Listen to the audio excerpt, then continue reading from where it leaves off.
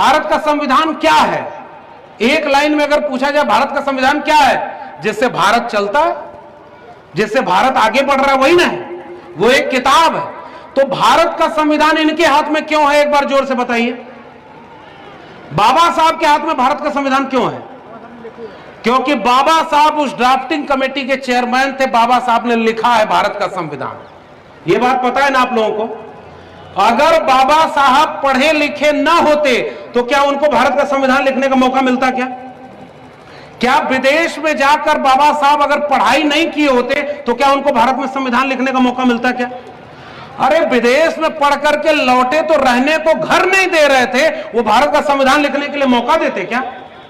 लेकिन मजबूरी उस समय की ये थी कि जिस दौर में भारत का संविधान लिखा जाना था, बाबा साहब से ज्यादा पढ़ा लिखा व्यक्ति दूसरा कोई भारत में था ही नहीं, इसलिए बाबा साहब को संविधान लिखने के लिए कहा गया। जितनी डिग्रियां थी, जितनी काबिलियत थी, वो इनमें थी, इसलिए भारत का संविधान लिखे।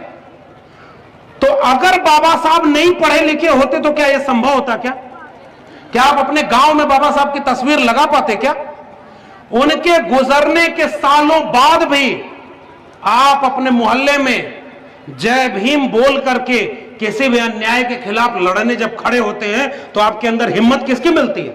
बाबा साहब की। अगर शिक्षा न होती, अगर लिखे पढ़े ना होते तो क्या आप उनकी मूर्ति बनाते? क्या ये मूर्ति क्या पूजा करने के लिए आपने बनाई है? आप एक बार जोर से बताइए, ये मूर्ति पूजा करने के लिए बनाई? नहीं। ये मूर्ति क्यों बनाई है? क्योंकि अपने लोगों को आत्मविश्वास दें कि तुम्हारे बीच में जिसे मनुष्य ही नहीं समझा गया, उसने इस मुल्क का मुस्तकबिल लिख दिया है। इसलिए वंचितों, शोषितों, कमेरा जाति के लोगों, अपने बेटे बेटियों को पढ़ाओ ताकि एक बाबा साहब के सपनों के दिखाए भारत में अनगिनत उनके शिष्य पैदा हो और इस देश को वैसा बना दें जैसा फूले, अंबेडकर और पेरियार चाहते थे। इसलिए ये मूर्ति यहां लगा